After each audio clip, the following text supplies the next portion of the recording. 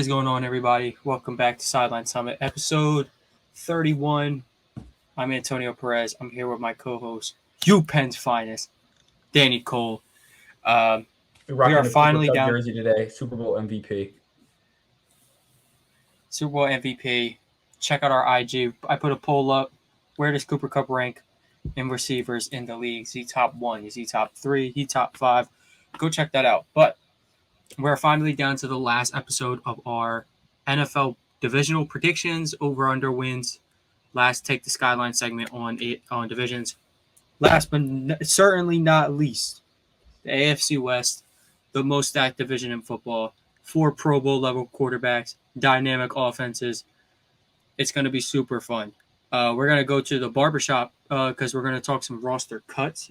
See what I did there? I'm going to be talking some roster cuts or maybe some guys who should have been cut but weren't. Digress. And QB battles. There are some QB battles across the league are starting to settle out. Some that their head coach decides to be a little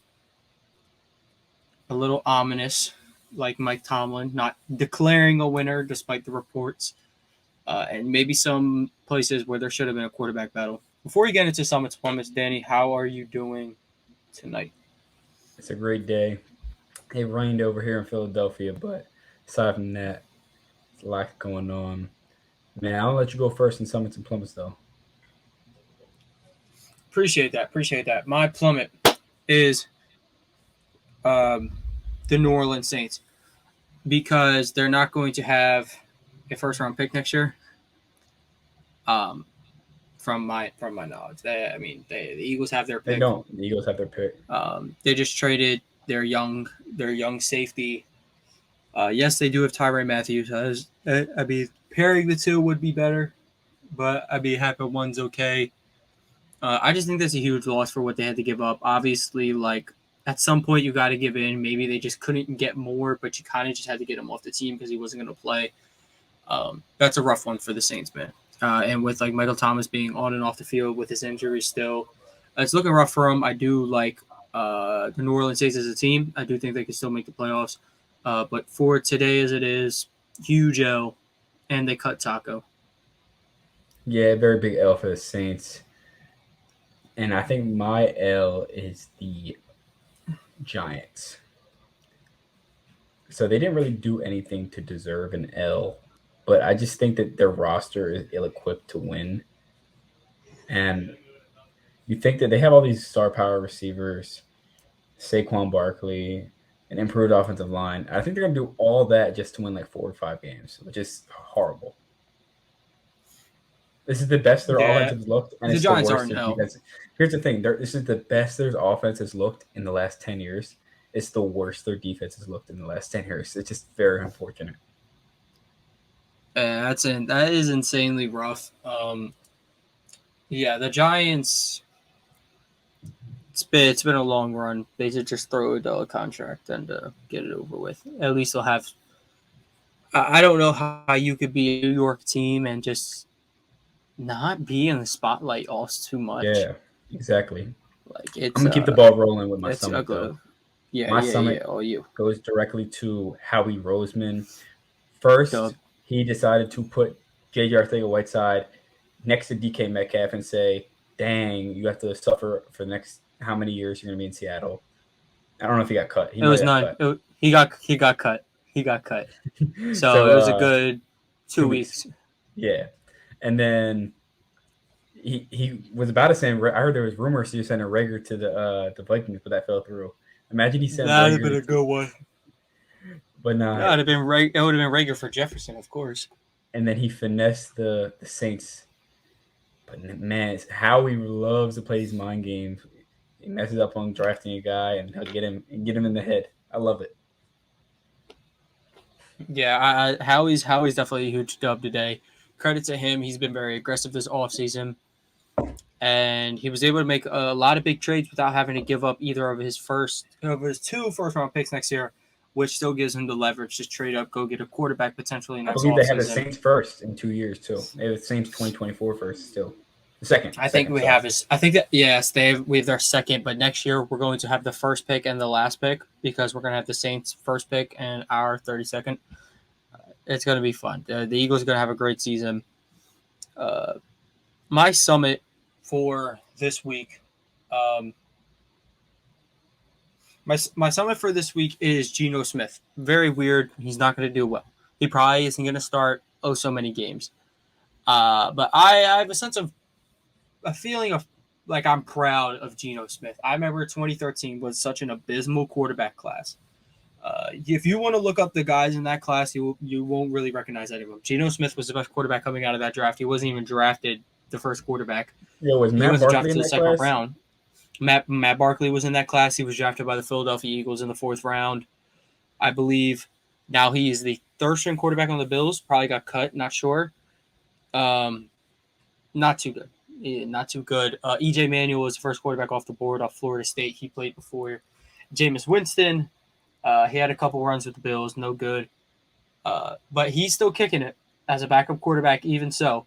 And the whole thing going to like Drew, like as soon as Drew Lock was traded, they're like, all right, Drew Lock's going to go play his former team. And everyone thought, oh, Drew Lock's the worst starting quarterback in the NFL.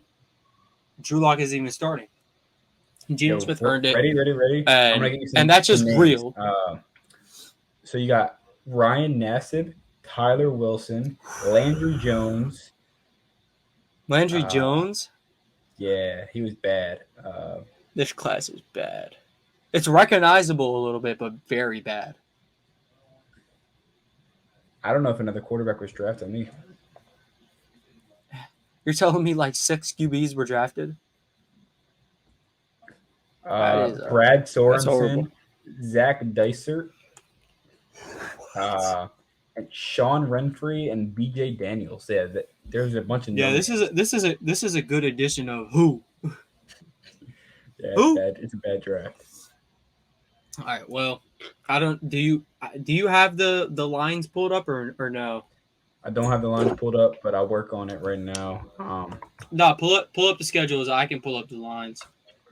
You can pull up the Raiders first. So, as always, we're going to pick our over-under before it. For the sake of argument, I'm actually just going to have I'm going to have all of them splitting for the simplicity of things. I don't want to try to pick in between, oh, well, this time of year, I'm just going to have them all splitting, so they're all starting 3-3 automatically on my end. I'm gonna agree with you there. I think the Chiefs and Chargers both edge out like a 4-2, but actually, yeah. I'm gonna have 3-3. I was gonna say something like that. Like I was gonna say even maybe like the Raiders get swept by somebody, but I'm not sure. All right, we're gonna start with the Raiders. The Las Vegas Raiders. So let's assume they start 3-3. Then they got the Chargers week 1. Week 2 they got the Cardinals. You want to screen share that? For sure. For our people watching on YouTube, you can tune in. All right. Well, before we look, what's their line, Danny? For the Raiders. You have their line pulled up? I have them up. I know what it is. I think their line is 8.5. You cheating? You know something. Danny's yet to get one wrong, but yeah. So yes, they are 8.5. Shout out to Canes. They should sponsor us right here. Shout out to Canes. Right, Sideline Canes. But yes, they're at 8.5. I'm gonna take the over. Barely. I'm thinking 9 or 10 games from them. So let's look. I can't see that week 1. Is that a divisional rival or? They play Chargers. Yep. Chargers. All right, so we're getting to the real. I'm starting at 3-3, and we're picking up from there. We got Cardinals, Titans. 1-1. I'm gonna go 0-2 here because I think the Cardinals start off every year very, very hot. I'm not really worried about the D-Hop. You still have Kyler Murray, who's one of the best quarterbacks. I think the Cardinals win here. I just think the Tennessee Titans are the most overrated team in football. I think they're becoming not underrated, but they were still the 1 seed after losing their star running back, who's coming back after a full rested offseason of not having so many carries. Week 3 is a stretch to say, but by then, we might be looking at Malik Willis We might. which I hope we are. But I want to talk about Hold Malik up. Willis a little later. Why is this game at 10 a.m.? London maybe. It's I don't know. Time zones or something. Not good with those. Western time. It's in Western time. I don't know why we're in Western time. Oh, that makes sense. But well, we have the Broncos. We're at 3-5 right now. We already went out. Yeah, 3-3 with the division rivals. So I'm looking at 3-5. I think they go 5-5 here. I think they beat the Saints. 5-5. I can see them getting 2 wins. I like 5-5, maybe 6-5. 4-6. 6-5. 7. I'll give them 7-5 there too. I think they lose to the Colts. I think they got 6-6. All right, that's fair enough. I could see that or the Saints game going either way. I like them over the Seahawks pretty easily. I got them at 8. I got them at 8-5 right now. If they were to get one more win, then they are over that. But they're losing to the Rams, Patriots, Steelers, and they're losing to the Niners. That could be 2 wins right there. Could be 2 wins. I'll give them 1. I think they can beat the Steelers, and I think they'll lose to the Patriots. Man, or Christmas Eve, I'm gonna stick with. I'm gonna stick with in Heinz Field. The Raiders coming in and losing, man. No, they're not, because there's no such thing as Heinz Field. Well, they're thinking about making it the Heinz Red Zone, so don't trip. Well, I'll tell you, the Steelers won't be sniffing no ketchup that day, to say the least. But I got the Raiders. I have the Raiders at 9-8. I have the Raiders at 9-8. Just hitting the over. Clear the over. Moving on to the Chargers. Before we look at the Chargers, guess the line. 11.5. You're cheating. You look at it. You cheating. You see what I see. You see what I see. What do you mean? Are you looking through the mirror? Before we go forward, I think the Chiefs is at 10.5, and I think the Broncos is at 9.5. What'd you say the Chargers are at? It's at 11.5 for the Chargers. Chargers at 10.5. What'd you say for the Chiefs? I think the Chiefs are at 10.5. They are at 10.5. And what do you think the Broncos are at? Are at 9.5. They're at 10.5 as well. All 3 of them are at 10.5. Well, that is wild. Crazy. Well, let's move on to the Bolt squad. 10.5. I got them going over pretty easily. Yeah, I got starting at 3-3. 3-3. So we'll start at that week 3 in Jacksonville. I think they have 3 wins right here. That's 6-3. That's 6-3 pretty easily. That doesn't get any easier. This is a really, really easy schedule. 8-3. I'll give the Niners benefit of the doubt. They're home. They have a young electric quarterback that I'm excited to see. So we're looking at 8-4. Yep. They got Cardinals. Cardinals and Dolphins. I'm gonna go 9. I'm gonna split them. 9-5. So we're saying 9-5. Okay. We're being generous against the Chargers. Yeah, I with all these, I don't think I picked the Chargers to lose a game, but 10-5. I like 10-5 right there. 11-5. I'm gonna go 12-5 right here. I think they would either lose this Rams game or they would lose the whatever. Scroll back up a little bit. They got back-to-back primetime games though. In Indianapolis. Scroll back. Wait, who's the home team here? That's a good question. Neither of them. It's going to be an empty arena. The Chargers are the home team because it didn't say at. Scroll back up for a second. What game were we debate? I don't know which. The Niners game. I think the Niners or the Rams game is kind of what's going to make it or break it. But I think this is a 12-win squad. Again, getting the over. They clear the over. I think the Chiefs clear the over very, very easily. Yeah, absolutely. We're starting at 3-3. I like a win week 1. I got to win week 1.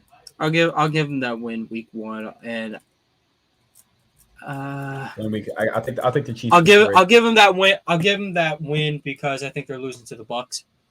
Yep. So we're looking at 5-4. 5-4. They got the Bills. I think 5-4. They're hosting the Bills. I'll give them a win there if they're hosting them. So I'm looking I at think the 6 Bills and finally get 4.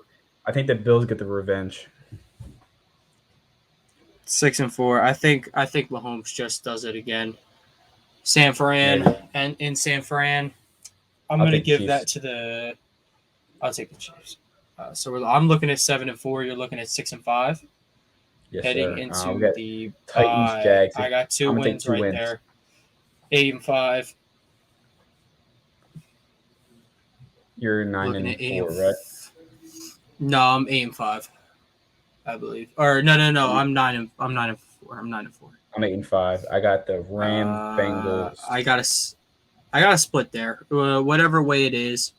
If the Bengals win that, it's just going to be a huge narrative on how Burrow has Mahomes' number. I think they Yeah, split these two, 10 and and they 5. beat the Texans. 10 and 5. I'll They put beat them the in 11 Texans, and 5. They beat the and they got the Seahawks. 12 and 5. So there's another 12 and 5, and I guess it all kind of matters on divisional record, and in this situation it would have worked. So head to head, that's very close though. Yeah, That's very close. Very close. So we got 12 and 5, 12 and 5. I have 12 and 5 Chargers winning the division though. However, that may come. So now we're looking at the Broncos. The Broncos want to get a wild card. Holy crap. That should be easy. It's 2 easy wins. We're looking at 5 and 3. We're looking at 5 and 4. I got the Niners in that one. 5 and 4. 6 and 4. I like them over the Colts. Yes, 6 and 4. 7 and 4. 8 and 4. 8 and 4. I'll go 8 and 5. 8 and 5. 8 and 5. Panthers are getting the dub. 9 and 5. 9 and 5. It's looking good for them. That's a hard ass L. That is a hard ass L. 9 and 6. We're looking at 9 and 6. Let me see the last 2 games as well. Those are our last 2 games. So they're 10 and 9 and 6. I like 10 and 7. I like 10 and 7. 10 and 7. I think they don't hit the over, just barely. They don't hit the over. I do think that gets them to the playoffs. So it's a fair bet to make though to hit the over. If you ever see the line some games just got to go their way. So blast it. I think you should blast that. I think I gave some of the games not in their favor, simply because it's already a rough schedule to begin with. Knowing 6 of your games you're playing playoff teams, but I mean, the West has a fairly easy schedule. I believe after looking at it, I do believe they all got to play Seahawks and Jaguars and Colts. Like, it's easy wins out here, man. Yeah. So along with the stackness of their squad and the easiness of the schedule, things could go crazy. And it's not a guarantee that they all go 3 and 3. Like, I mean, the Chargers could not easily, but they could sweep the Chiefs, or the Chiefs could sweep the Raiders. The Raiders could go out and sweep the Chargers, and the Broncos could probably sweep 2 of their teams. Like anything could happen with this division. And it's this whole time I did not have the ticker going on for the Takes the Skyline segment, but oh well, that is only affecting our YouTube watchers. It's all good. But yes, so I have the Chargers 1, Chiefs 2, Broncos 3, Raiders 4. Raiders miss out on the playoffs for me. All right, beautiful. Let's move on. Next segment. I'm going to move on to some of our roster cuts. So just if no one knows, 4 p.m. rosters were solidified, at least the 53-man rosters. Obviously, there's going to be a lot of guys coming back on practice squads. Danny, any cuts, like actual cuts made that kind of shocked you today? Or maybe you're like, dang, what are they doing? And then they did something like, okay, so that's why you did it. Marlon Mack. Yeah, he was the lead back on the Colts a couple years ago, and then he went and signed with the Texans. We thought he would at least be like a short down passing back. I guess they like Rex Burkhead more because Marlon Mack got cut. Damon Pierce. I feel bad for Anthony McFarland. Big name. Steelers used a pick on him a couple years ago out of Maryland. He just didn't get his way. I am happy we kept Benny Snell, though. We were talking about him possibly getting cut being on the bubble, and then he did come through. A guy we were talking about last week, Pacheco, how I compared him to Philip Lindsay a little bit. Philip Lindsay got cut today as well, and I kind of just think that's situational. I do think a team will pick him up rather fast. I would Man, like to see the Eagles pick him up, honestly, get the him Broncos in could with go the pick him running up. back by committee. The The Broncos Broncos could could go. go get him. That's where he's from. I mean, they could go right the wrongs. They could make amends. That was a name I was shocked to see go. The Raiders suck at drafting and let go Witherspoon today. Just 1 year after drafting him, was he supposed to be drafted at his spot? No. But you're a first round pick and you have to live up to expectations. Swing it to another first round pick that is still on the team. Jalen Rager has made the squad. OJ, He's looking at another name, OJ Howard. He OJ was Howard was released today, really good for Alabama. People are like, oh, they try and to he cherry was pick his pretty okay stats. at the Bucks. Yeah, he would get touchdowns with the Bucks. He had a game when they played the Eagles. He was running all over them. Yep. Yeah, that And was week 2, 2019, when Foles had to start the year he looked good that for the game. injured Man, Wentz. OJ Howard looked really good. Yeah, he truly looked like a Pro Bowler, man. He's all the talent in the world. I think it's another thing. You just got to find your situation. I'm gonna You make a got to find a coach comparison. that believes in you. OJ Howard is equivalent to Evan Ingram. I honestly thought you were gonna say Aaron Hernandez because of like how he was like the backup to Gronk and he's got all this talent. But hopefully OJ isn't doing things like another OJ or Aaron Hernandez. Yeah. So, Another but OJ I in like that. Buffalo, right? I like OJ in Buffalo. Yeah, they had to release him immediately after the. I won't Yo, even say the maybe man's. I won't OJ even is say gonna the be a man's name. The Bronco. punter release. Yo, OJ and a Bronco next. You never know. OJ from Buffalo to Life, Broncos. life imitates art. It does. You never know. But yeah, with the Steelers situation, they did not release quarterback Mason Rudolph. I believe they're still trying to find a trade partner for him. He is not. It's not been clear, but it's pretty obvious he won't be winning the quarterback job. But he has done a good enough job in the preseason to build up some trade value, and he could probably be a good backup on some teams. Look for the Steelers to make a move around that. Yo, one name that I'm surprised it got cut. Remember when the Vikings were getting blown out last year in bad games? Everyone's like, all right, start Kellen Mond. He got Kellen cut. Mond got the boot. He got the haircut. He got the 2K special. And here's the thing. I used to watch Texas A&M a lot. I used to be like my main school was Texas A&M, and while I was I still never on liked them a Kellen little Mond. bit, I never liked him. Kellen Mond. It took Kellen Mond 5 years to break Johnny Manziel's 2-year records. Like Johnny Manziel set school records in 2 years. It took Kellen Mond 5 years to break those records. 4 years as a starter. Like that is really, really bad. It's telling. It's telling about his story. Yeah, it's definitely telling. And sure, I mean, Kellen Mond didn't have Mike Evans, but that or Ryan Tannehill. Ryan Tannehill, the elite wide receiver out of Texas A&M. He was an elite wide receiver. Don't sleep. He's a gritty guy, first guy in, last guy out. Let him date my daughter type of guy.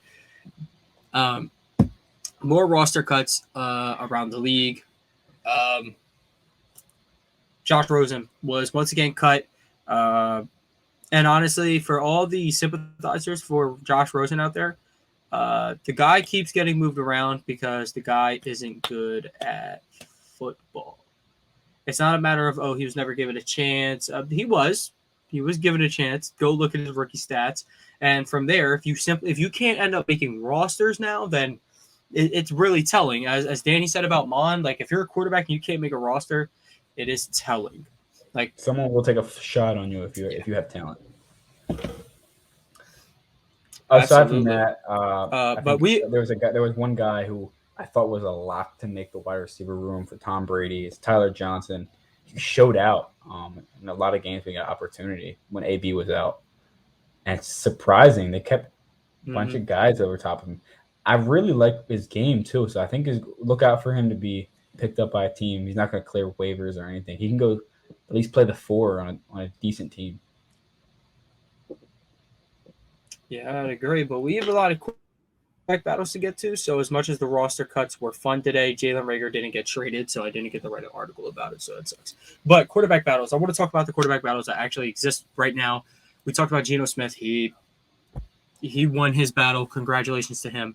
Baker Mayfield won his battle and was on record apparently for saying he's going to fire truck the Browns in week 1, which I I don't mean this in a way where I think Deshaun Watson should play football. I don't think Deshaun Watson should be in the NFL. But if he's going to be, I wish they'd let him suit up for this one game so Baker Mayfield could beat him and the Browns fair and square, and then go send him on a lifetime ban. Quarterback battle up in Pittsburgh. It's basically broken down. Mitchell Trubisky and Kenny Pickett, the rookie out of Pittsburgh. I'm gonna have Danny have the floor on this one. Danny, give us your thoughts on it. Who you think should be the starter? What should they do with Rudolph? And the leash for either quarterback that wins the battle. To start, Mason Rudolph was our third string quarterback, and I think that's rightfully so. He's getting paid $3 million this year. Very cheap option.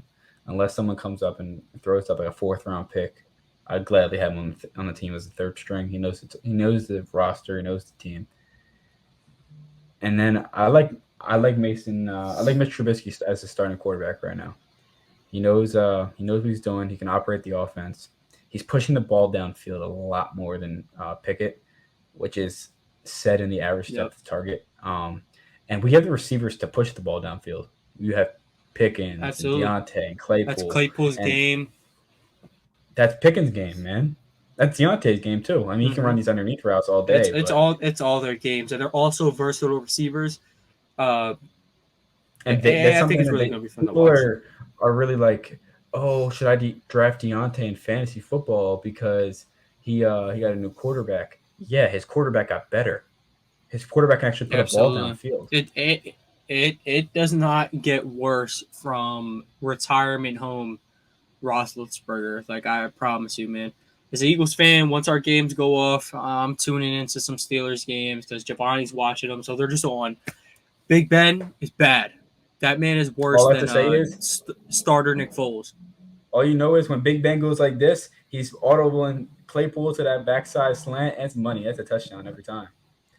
I called it. And then when he goes like this, Deontay's gonna drop it. But Deontay drops. No, I'm excited for the Steelers. They're a team that's kind of getting overlooked a little bit because they don't have that true answer quarterback. But I think or do they? I've developed more faith in them. They have several answers, I believe. The old saying is like, oh, if you have to choose between 2 quarterbacks or you're starting 2 quarterbacks, that means you have 0. I don't think that's a situation here. I truly do think they have 2 answers at quarterback. A guy who's essentially on a prove-it deal, and then a guy who's a rookie, maybe on a prove-it deal. I don't think the Steelers will be bad enough anyway to get Stroud, Rattler, or Young. So, I mean, if Pickens could ball out this year, maybe win Offensive Rookie of the Year. I think he's found a home. He loves Pittsburgh. I agree, though. Mitch is the starter, but he's on a much shorter leash. I would honestly, if he's thinking it up, even game 1, I could see Pickett taking the ropes. Kind of like Big Ben's first year.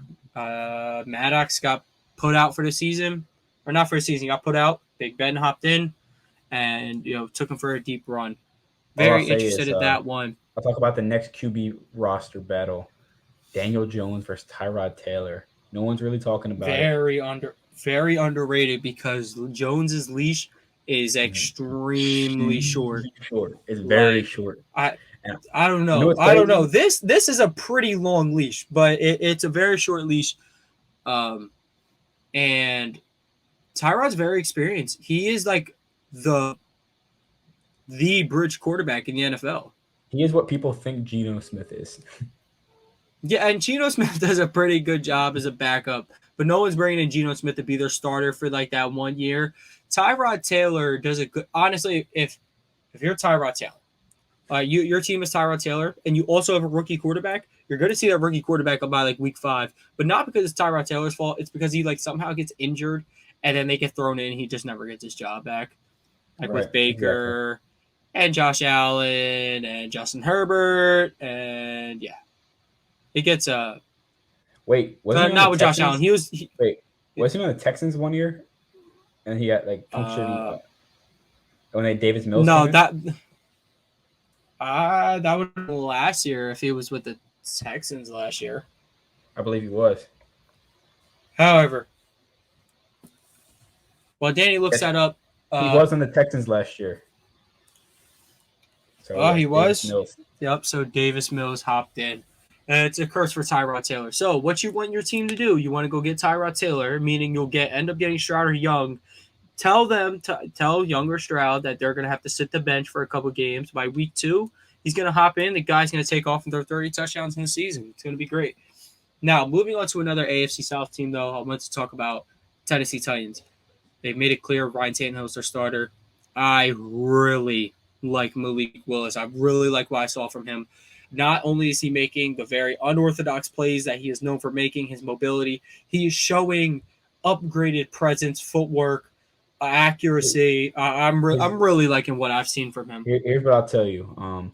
The one thing he lacks is what Kenny Pickett's best at. It's making reads very fast. Reads.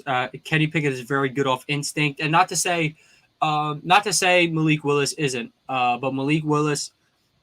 There's a difference between instincts making a good decision and instincts making one decision. I think he really likes to take off of the ball or maybe roll out, but he does, at times make those really back unorthodox throws, unplanned. I really do like that. I like how both these quarterbacks have played. I also like another quarterback battle that should have been a thing, but it wasn't. Mariota and Desmond Ritter. Ooh. I'll get to that. Just give me 1 second. I'm going to get to that. I want to talk about Desmond Ritter first. He played okay in his last preseason game. He also had a game winner in his first preseason game. The final preseason game, he played okay. I think Mariota is also on a very short leash. He hasn't been a starter in a while. But I can see Ritter playing a lot this season. I think they should have made that a little more of a battle. But I understand with a lot of these rookies, they're not like good enough to push the battle, but they are good enough that if this bridge quarterback doesn't work, we're pulling them. We're sending you in. I'm excited to see Ritter. Now, like you were saying, Sam Howell and Carson Wentz should have been for as much as they traded to get Wentz, you can't really make that a battle right away. However, I don't think there's a starting quarterback, a top 20 quarterback, if that's what you want to consider Carson Wentz, who is a shorter leash. Cannot think of one. Jalen Hurts is going to have a full year guaranteed. Mac Jones, full year guaranteed. Ryan Tannehill probably even has Lawrence, a longer leash. Trevor Lawrence has the next 3 years, if I'm being honest. If you want to be smart about it, at least. But Carson Wentz, man. I'm not down. Roster move. I believe the Jaguars traded Laviska Shenault. They did, and they cut somebody. I forget the name, but yeah, they traded Shenault. Definitely just broke my list. Anyway, but what Wentz? What? Oh, okay. They cut yeah, that's who it was. Yep. I was like, I know it's a name that I know. The Vikings first round pick. He was a baller for the Vikings. I'm kidding. He was terrible. But yeah, with the Wentz thing. With the Wentz thing, I mean, I think it's just you can't really like send in a rookie against like $120 million guy, tell him duke it out, especially where they got Howell. Howell has played amazing this offseason or this preseason. You'll see some clips of some underthrown balls, but I'm going to be honest, they are accurate as hell. And he had some pretty bad drops on his name, which is insanely tough. But one being Diana. Yeah, Brown. I think so. I honestly I liked all these rookie quarterbacks a lot more than I thought I was going to. They were truly it's a shame about Matt Corral. A pleasure to watch. Yeah, Matt Corral hurting himself, and it's tough on that. Here's the thing: like the quarterback battle was was just Darnold and Baker, but you even have an experienced PJ Walker in there. I mean, that was a loaded QB room. Like that was a very mid QB room. But you had a lot of depth there. You had a lot of serviceable guys. But yeah, a lot of quarterback battles going across the league. A lot of battles that should have been happening, but expect to see your favorite rookie quarterbacks in a stadium near you. One by more, 9/11. not really a battle. Yeah, we're so pumped for 9/11, but The Ravens are going to see the Jets on 9/11.